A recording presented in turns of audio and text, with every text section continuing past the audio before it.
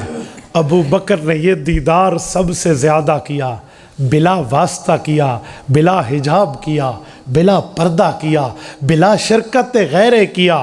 3 دن حضور کے چہرہ انور کو یوں اپنی گود میں رکھ کے پڑھا جیسے آپ اور میں رحل میں قرآن رکھتے ہیں۔ یہ ابو بکر صدیق نے پیغمبر کریم کے ساتھ اس محبت میں۔ اور سنو، ابو بکر صدیق نے اپنے پگڑی، اپنا کرتا، اپنی چادر جو کندھے پر تھی، ان سب کے ٹکڑے ٹکڑے کر کے غار کو بند کیا تھا۔ آج کے دور میں رب آپ کو مکہ مکرمہ لے جائے، اللہ آپ کی برکت سے ہمیں بھی لے جائے، آپ غار ثور پہ جانا، دل گردے کا کام ہے کہ تم چڑھ کے دکھاؤ اس تک۔ آج 1400 سال کے بعد جب سڑکیں بن چکی ہیں، راستے ہموار ہو چکے ہیں، گاڑی کی چڑھائی پہ بندے کو نانی کا گھر یاد آتا ہے، کتنی بلندی پر ہے، اور ابو بکر تنہ تنہا حضور کو لے کر چڑھے تھے۔ حیران ہو جاتا ہے بندہ۔ ایک ہمارے ڈیرہ اسماعیل خان کا شخص تھا، فوت ہو گیا، اللہ اس کی مغفرت فرمائے۔ اس کے دل میں صحابہ کرام کے لیے کچھ خاص بات نہیں تھی، بولتا رہتا تھا تھوڑا بہت۔ وہ حج پہ گیا، واپس آیا تو میرے سامنے آ کے رو پڑا۔ یہ کہتے ہیں مفتی صاحب اللہ کے لیے میرا گواہ بن جاؤ، میں آج کے بعد پیغمبر کے صحابہ کو کچھ نہیں کہوں گا، خصوصاً ابو بکر صدیق کے بارے میں رب سے معافی مانگی، میرا گواہ ہو جا۔ میں نے کہا غلام شبیر کیا ہوا؟ کہتے ہیں مفتی صاحب جب میں غار ثور پہ چڑھ کے گیا نا، اور میرا سانس پہ سانس اکھڑ گیا تھا، میں نے اس کی بلندی دیکھی، میں حیران ہو گیا کہ مکہ کا سب سے اتنی بلند ترین جگہ پہ ابو بکر بغیر کسی لفٹ کے، بغیر کسی لفٹر کے، وداؤٹ ہیلپر، کسی اور کی مدد کے بغیر حضور کو تنہ تنہا یہاں پر حفاظت کے لیے لے کر آیا تھا۔ واقعی یہ شخص کبھی حضور کے ساتھ غلط نہیں ہو سکتا۔ میرے دوستو، بڑے بڑوں کے وہاں دل پانی ہو جاتے ہیں۔ آپ جا کر تو دیکھیے ابو بکر کیسے لے گیا، اور ابو بکر کی پالیسی دیکھیے، حیران ہو جاؤ گے آپ۔ ابو بکر کی اس پالیسی پر بندہ حیران ہو جاتا ہے۔ مکہ مکرمہ سے، رسول اللہ کے گھر اقدس سے، در اقدس سے، پیغمبر کے بیت مطہر سے جب حضور پاک کو لے کر ابو بکر نکلے ہیں تو مدینہ جانا تھا، تو مدینہ کے راستے پہ جاتے، یوں نہیں گئے، یہ ثور میں گئے ہیں۔ غار ثور مدینہ کے راستے پہ نہیں ہے، یمن کے راستے پہ، آپ دیکھ لیجئے۔ تو ابو بکر نے مدینہ جانا تھا حضور کو لے کر، مدینہ کی طرف جاتا یمن کیوں گیا ہے؟ الحرب خدع، جنگ میں دشمن کو چکر میں ڈالنے کی پالیسی ابو بکر سے سیکھو۔ سب کو پتا تھا حضور ایک ایک صحابی کو مدینہ بھیج رہے ہیں، بیعت عقبہ اولا ہو چکی ہے، بیعت عقبہ ثانیہ ہو چکی ہے، مدینہ کے لوگ پیغمبر کو بلا رہے ہیں، یہاں سے نکلیں گے تو مدینہ جائیں گے۔ پر ابو بکر نے کافروں کے دانت کھٹے کرنے کے لیے جانا تو مدینہ تھا، لیکن وایا راستہ یمن سے ہو کر ایک اور طریقے سے لے کر گیا تاکہ حضور پاک علیہ السلام کو تلاش یا آسانی سے نہ کر سکے۔ ابن القیم الجوزیہ نے اعلام الموقعین عن رب العالمین میں لکھا ہے کہ یمشی یمیناً احیاناً یمشی شمالا احیاناً یمشی اماما و احیاناً یمشی خلفا۔ ابو بکر جب پیغمبر کریم کو لے کر چل رہے تھے تو کبھی آگے چلتے، کبھی پیچھے چلتے، کبھی دائیں چلتے، کبھی بائیں چلتے۔ حضور نے پوچھا ما لک یا ابا بکر، کیا ہوا، ایک طرف پہ ہو کر کیوں نہیں چلتے؟ یا رسول اللہ آپ کا حکم ہے ایک طرف چلوں تو ایک طرف ہی چلوں گا، اور اگر آپ کا مشورہ ہے تو پھر میں غلام کی بات بھی سن لیجئے، جب میں دائیں طرف چلتا ہوں مجھے یقین ہو جاتا ہے یہاں سے آپ پر اٹیک نہیں ہو سکے گا، تو پھر مجھے خدشہ بائیں کا ہو جاتا ہے۔ میں اس طرف چلتا ہوں جب اپنے ذہن کو سیٹسفائیڈ کر کے اس بات پہ مطمئن کر لیتا ہوں کہ یہ سائیڈ بھی سیف ہے، پھر کبھی آگے آتا ہوں کبھی پیچھے آتا ہوں۔ اس بات پہ میں کہتا ہوں پیغمبر کے سب صحابہ اپنی جگہ، ان کی وفائیں اپنی جگہ، ان کی ادائیں اپنی جگہ، لیکن اکیلا اگر ابو بکر ہو تو پیغمبر کی حفاظت کے لیے کافی ہے۔ تبھی میں نے آپ کے سامنے کہا تھا پروانے کو شمع، بلبل کو پھول بس، صدیق کے لیے ہے خدا کا رسول بس۔ ایسے علامہ نے نہیں کہا۔ گھنٹے سے ٹائم میرے خیال میں پورا ہونے کو ہے، لیکن میں نے بات صرف اس بات پہ چلائی تھی۔ یقین مانے میں نے واقعی سمجھا کہ شاید ابھی 7:30 سے اوپر کیا 7:30 بھی نہیں ہوئے ہوں گے، لیکن آپ اندازہ لگاؤ ابو بکر کی محبت میں وقت کیسے جا رہا ہے، پتہ نہیں چلتا۔ آج ابو بکر کی محبت دل میں سنبھالو، خدا کی قسم قبر کی وحشت، قبر کی سختی کا پتہ ہی نہیں چلے۔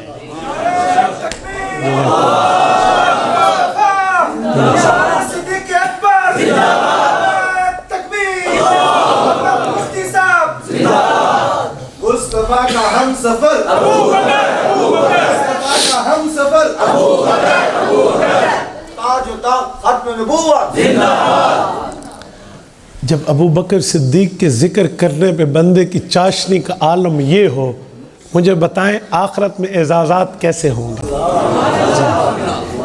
میں نے صرف اس ایک لفظ پر بات شروع کیا کہ ابو بکر وفاؤں کے انتہا کا نام ہے، وفاؤں کے حرف آخر کا نام ہے۔ تو میرے دوستو اسی کو ہم نے چند لمحات میں خراج عقیدت پیش کیا ہے۔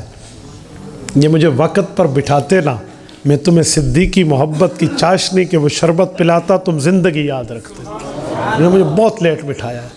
لوگ سمجھتے ہیں خطیب ہے 1 گھنٹے میں بات کرے گا، ہم خطیب نہیں ہیں، ہم مذہب کے وکیل ہیں۔ دل سے بات کرنا کچھ اور ہوتی ہے، جو بات دل سے نکلتی ہے وہ اثر رکھتی ہے۔ میں بعض اوقات لوگوں کو کہتا ہوں کھلا ٹائم دو ہمیں، 1 گھنٹہ 2 3 کھلے ٹائم پر بندہ بیٹھ کر دلائل کے ساتھ بات کرے اور ایک بات سمجھائے۔ یہ دائیں بائیں کے لمبی باتیں نہیں ہونی چاہیے۔ یہ حضرات کہتے ہیں پہلا جلسہ لیٹ، عشاء کے نماز کے بعد ہم بیٹھتے اور ابھی تک آپ اندازہ لگاتے کہ ہم صدیق اکبر کی مکی زندگی تو پوری کر لیتے نا، گفتگو کی جھلکیاں تو پوری ہو جاتی، لیکن آج انہوں نے لیٹ کیا ہے تو بات ان سے کرنا، میرے پہ نہیں کرنا۔ میرا اب تو 5 گھنٹے کا لمبا سفر ہے۔ دعا فرمائے اللہ آپ کو اور ہمیں صراط مستقیم پہ رکھے، ابو بکر کا وفادار رکھے، ابو بکر کا حبدار رکھے، ابو بکر کا دلدار رکھے، صدیق اکبر رضی اللہ تعالیٰ عنہ سے محبت و پیار ہمارا رکھے، اور ابو بکر کا ساتھ اس دنیا میں بھی رکھے، آخرت میں بھی رکھے۔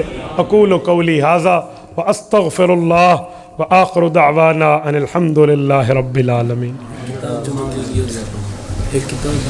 یہ اب سوالات کی پوری لائن ہے۔ مفتی صاحب یزید کو برا بھلا کہہ سکتے ہیں؟ جی ہاں بابا، جو بات حق ہے وہ حق کرو۔ ہم حسینی ہیں، ہم یزیدی نہیں ہیں۔ مجھے یزید کا وکیل نہ بنائیے۔ حضرت ابو بکر صدیق رضی اللہ عنہ سے ترک رفع یدین کی روایتیں ثابت ہیں۔ بابا ترک رفع یدین کی حضرت ابو بکر سے ثابت ہو تو کیا جرم ہے؟ حضور پاک نے خود آخر میں رفع یدین چھوڑ دیا ہے، جسے حضور چھوڑے اسے ابو بکر نہیں چھوڑے گا۔ تم ابو بکر کے شروع کی زندگی کی باتیں کرتے ہو، جیب میں رکھو باتیں۔ ابو بکر نے وفات تک رفع یدین کی ہے، اس کا ثبوت تم دکھا دو، میں تمہارے ہاتھ چوم لوں گا۔ وضو کے بعد شہادت کی انگلی آسمان کی طرف کرنے میں کلمہ شہادت پڑھنا، حدیث میں یوں اٹھا کر پڑھنا ہم نے کسی جگہ نہیں ثابت کیا، یہ لوگوں کی ایسی ترتیبیں ہیں۔ مولانا صاحب میرے خاندان کے کافی لوگ عیسائی ہیں، جن کو مسلمان کرنے کی مجھے فکر ہے، میں زیادہ پڑھا لکھا نہیں، عمر بھی کم ہے، اس لیے طریقہ بتا دے، دعوت دے سکوں، کچھ حوالوں کی کتابیں جامعہ خیر المدارس آپ کے پاس موجود ہے، آپ حضرت مولانا مفتی محمد انور اکاڑوی دامت برکاتہم کے پاس تشریف لے جائیے، وہ آپ کو انشاءاللہ تعالیٰ ترتیب سمجھا دیں گے۔ جب چاروں ائمہ حق پہ ہے تو ہم ایک کی تقلید کیوں کرتے ہیں؟ بھئی ساری مسجدیں سچی ہیں تو تم اس میں عشاء پڑھنے کیوں آئے ہو؟